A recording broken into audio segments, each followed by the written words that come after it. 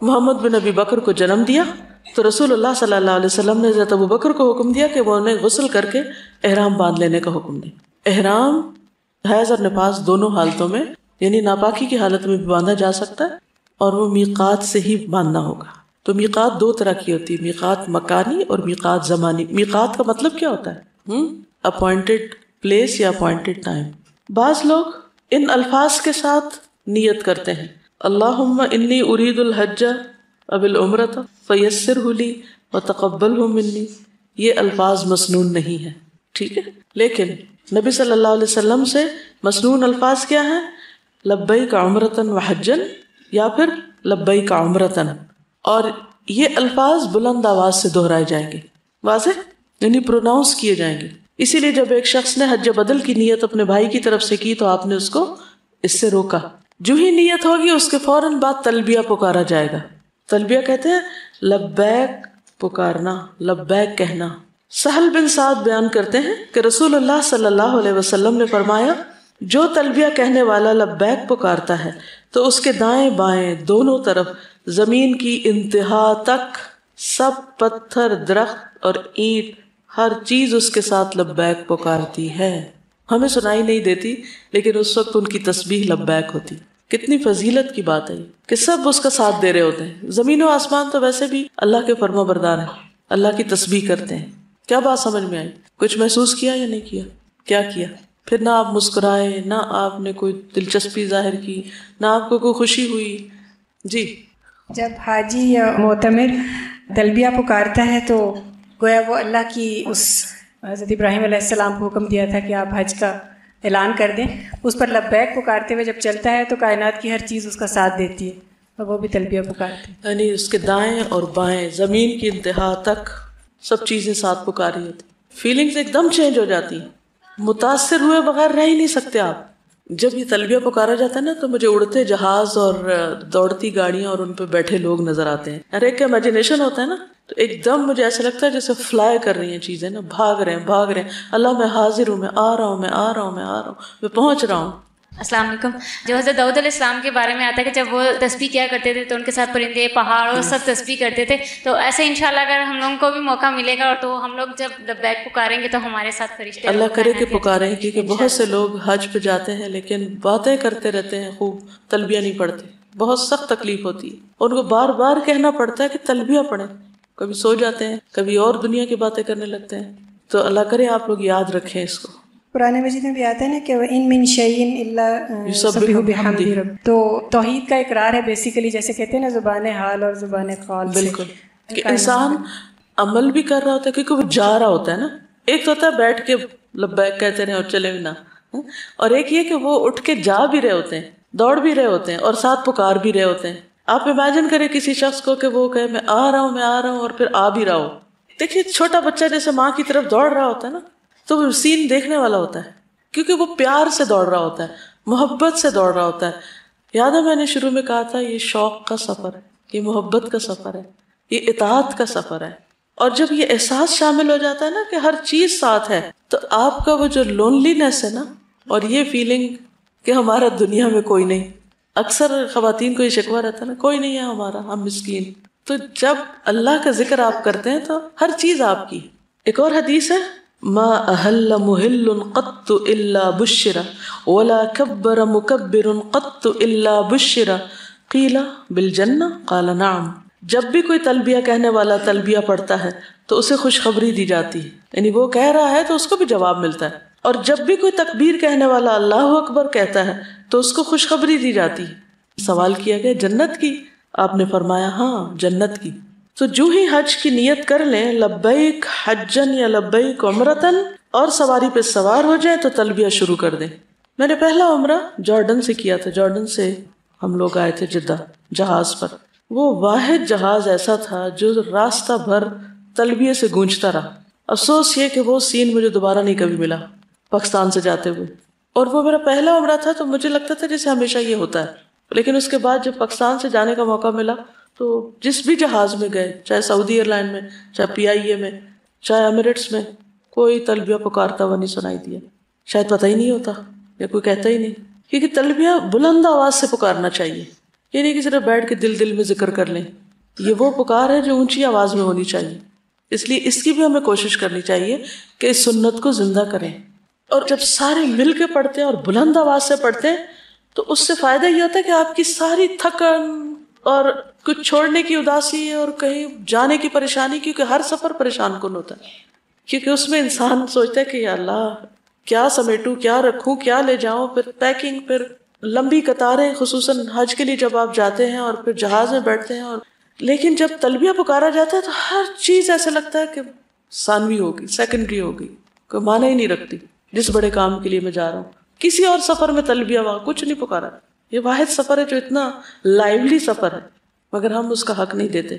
عبداللہ بن عمر رضی اللہ عنہما سے روایت ہے کہ رسول اللہ صلی اللہ علیہ وسلم اپنی سواری پر سوار ہوئے اور جب وہ ذوالحلیفہ کی مسجد کے پاس کھڑی ہو گئی تو آپ نے تلبیہ پڑھا. یعنی جو ہی اونٹنی اٹھی تلبیہ شروع ہو گیا.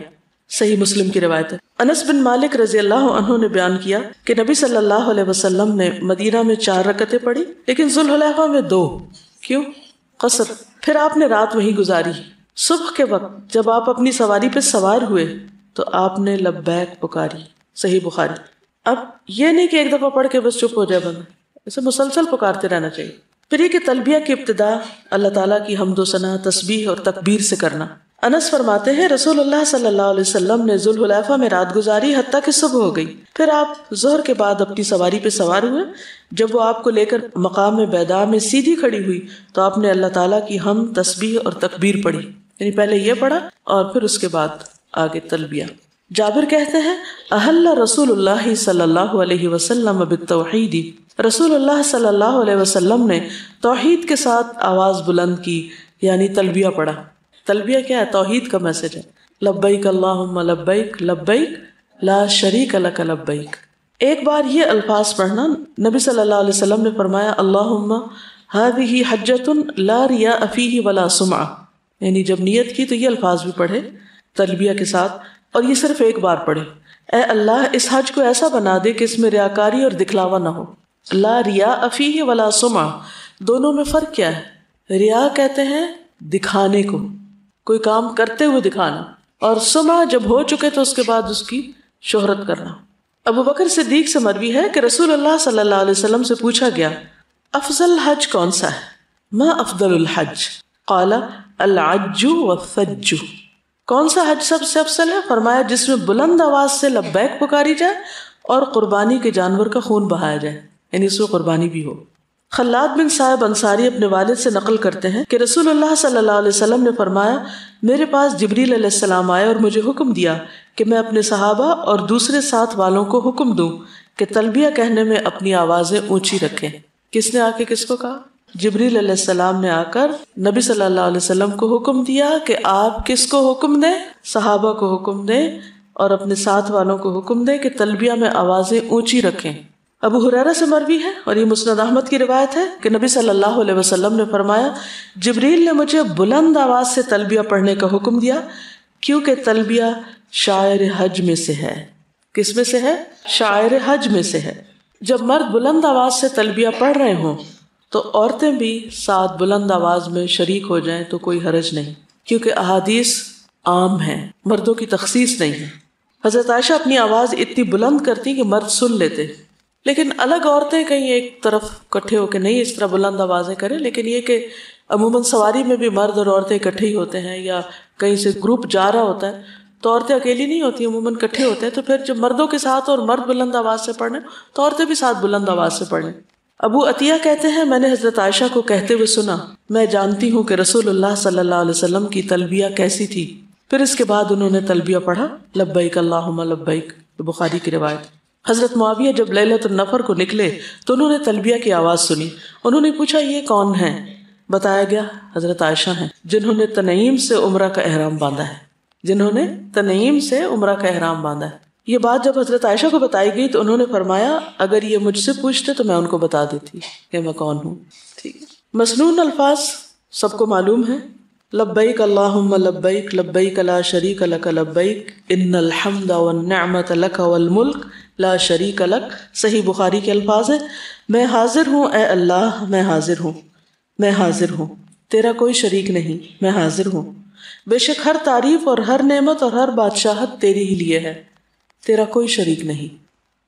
ابن عمر تلبیہ کے ان کلمات میں یہ زیادہ کرتے تھے، یعنی اضافہ کرتے تھے، لبیک لبیک وسعدیک والخیر بیدیک لبیک والرغباء الیک والعمل، میں حاضر ہوں اور بار بار اطاعت کا اظہار کرتا ہوں کہ اللہ میں تیری بات مانتا ہوں، ساری بھلائی تیرے ہاتھ میں ہے، میں حاضر ہوں، اور رغبت اور عمل تیری طرف ہے، یعنی میری رغبت بھی تیری طرف ہے اور میرا عمل بھی تیرے لیے ہے۔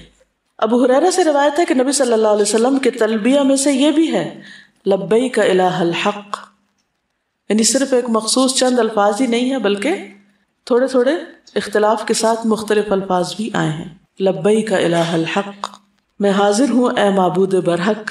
جابر بن عبداللہ کا بیان ہے کہ لوگ ذل معارج اور اس طرح کے الفاظ زیادہ کرتے تھے، نبی صلی اللہ علیہ وسلم ان کو سنتے اور انہیں کچھ نہیں کہتے تھے، یعنی لبیک کے ساتھ اگر کوئی اپنی محبت سے چند الفاظ مزید بڑھا دیتا تو آپ کچھ نہیں کہتے تھے، اور جو کام آپ کے سامنے ہو اور آپ اس پر خاموشی اختیار کریں اس کے بارے میں کیا خیال ہے؟ درست ہے نا؟ جی ہاں، تقریری حدیث اس کو کہتے ہیں۔ ذل معارج کا کیا معنی ہے؟ اے بلندیوں والے، یہ سنن نبی داؤد کی روایت ہے، یعنی لبیک یا ذل معارج، لبیک یا ذل فواضل، اے فضیلتوں والے، اے بلندیوں والے، یعنی انسان ویسے بھی اللہ کو پیارے پیارے ناموں سے پکارتا ہے، اور جب اس راستے پر ہو تو اور بھی محبت میں اضافہ ہو جاتا ہے، تو پھر اللہ کے اور پیارے پیارے ناموں کے ساتھ اگر پکارا جائے تو کوئی حرج نہیں۔ محمد بن ابی بکر ثقفی سے روایت ہے کہ انہوں نے انس بن مالک سے پوچھا جبکہ وہ دونوں صبح کو منا سے عرفات جا رہے تھے، رسول اللہ صلی اللہ علیہ وسلم کے ساتھ آپ لوگ آج کے دن کس طرح کرتے تھے، یہ دن کیسے گزارتے تھے؟ انس نے بتایا، کوئی ہم میں سے لبیک پکارتا، اس پر کوئی اعتراض نہ کرتا، کوئی تکبیر کہتا اور اس پر بھی کوئی انکار نہیں کرتا تھا، اللہ اکبر بھی پکارتے ہوئے جاتے تھے۔ اب سوال یہ پیدا ہوتا ہے کہ لبیک کب تک پکاری جائے گی اور کب ختم کر دینی چاہیے؟ کسی کو معلوم؟ جی ہاں، اب مکہ تک کا سارا راستہ انسان جتنا چاہے تلبیہ پکارتا رہے۔ جب مکہ میں آپ داخل ہوں یا کسی بھی نئے شہر میں، بعض لوگ جدہ کی طرف سے جاتے ہیں، بعض کسی اور شہر کی طرف سے جاتے ہیں، تو نبی صلی اللہ علیہ وسلم کی یہ سنت یاد رکھیں۔ حدیث میں آتا ہے آپ جب کسی بستی میں داخل ہونے کا ارادہ کرتے تو تب تک نہ داخل ہوتے جب تک یہ الفاظ نہ کہہ لیتے، اللہم رب السماوات السبع وما اضلت ورب الارضین السبع وما اقلت ورب الریاح وما اذرت ورب الشیاطین وما اضلت انی اسألک خیرہا وخیر ما فیہا وَأَعُوذُ بِكَ مِن شَرِّهَا وَشَرِّ مَا فِيهَا۔ ٹھیک ہے، اے اللہ سات آسمانوں کے رب، ان چیزوں کے رب جن پر آسمانوں نے سایہ کیا ہوا ہے، اور سات زمینوں کے رب اور ان چیزوں کے جن کو ان زمینوں نے اٹھایا ہوا ہے، اور ہواؤں کے رب اور ان چیزوں کو جن کو یہ ہوائیں اڑائی پھرتی ہیں، شیطانوں کے رب اور ان مخلوقات کے جن کو شیطانوں نے گمراہ کیا ہے، میں تجھ سے اس بستی کی خیر اور جو کچھ اس میں اس کی خیر کا سوال کرتا ہوں، یعنی اس بستی میں جو بھی خیر ہے میں اس کا سوال کرتا ہوں، اور اس بستی کے شر سے اور جو کچھ اس میں ہے اس کے شر سے میں تیری پناہ چاہتا ہوں، یعنی بستی کے شر سے بھی اور بستی کے اندر جو کچھ ہے ان سب چیزوں کے شر سے۔ اب دیکھیں کسی بھی نئے شہر میں داخل ہوتے وقت انسان کے اوپر ایک گھبراہٹ سی طاری ہوتی ہے، پتہ نہیں یہاں کوئی چور نہ ہو، پتہ نہیں یہاں کوئی سانپ نہ ہو، پتہ نہیں یہاں کے لوگ کیسے ہوں، لٹ نہ جائیں، تو یہ دعا پڑھ لیں۔ اب اس کا طریقہ یہ ہے کہ اپنی چھوٹی ڈائری جو ڈیلی آپ کی تھنگس ٹو ڈو کی ہوتی ہے نا، اس میں ایک گتے والی سائڈ پہ اس کو لکھ کے رکھ لیں، اور جب پنڈی سے اسلام آباد داخل ہو رہے ہوں تو کھول کے پڑھ لیا کریں صبح، ٹھیک ہے، اور آج گھر جاتے ہوئے بھی پڑھ لیں۔ مکہ جانے کے بعد آپ مسجد میں داخل ہوتے ہیں یا ہوٹل میں داخل ہوتے ہیں تو اس میں کسی بھی جگہ پر داخل ہوتے وقت اگر آپ پڑھ لیں رب انزلنی منزلا مبارکا وانت خیر المنزلین، رب ادخلنی مدخل صدق واخرجنی مخرج صدق واجعل لی من لدنک سلطانا نصیرا، تو انشاءاللہ اس کا بھی فائدہ ہوتا ہے۔ میں روزانہ جب میں اس ہال میں آتی ہوں تو میں یہ دعا پڑھتے ہوئے داخل ہوتی ہوں، کیونکہ ایک جگہ پر داخل ہو رہے ہیں تو یہاں سچائی کے ساتھ داخل ہو اور سچائی کے ساتھ ہی باہر جائے، برکت حاصل ہو آنے کی بھی اور جانے کی بھی۔ انزلنی منزلا مبارکا، کتنی دیر لگتی؟ کچھ دیر نہیں لگتی، صرف عادت بنانے کی دیر ہے، تو انشاءاللہ آپ جہاں بھی جائیں گے خیر و برکت کا باعث ہوں گے۔ حضرت یحییٰ علیہ السلام کے بارے میں اللہ تعالیٰ نے فرمایا تھا نا وَجَعَلَنِي مُبَارَكًا أَيْنَمَا كُنتُ، کچھ لوگ خیر کی کنجیاں ہوتے ہیں اور شر کے تالے ہوتے ہیں، اور کچھ لوگ شر کی کنجیاں ہوتے ہیں اور خیر کے تالے ہوتے ہیں.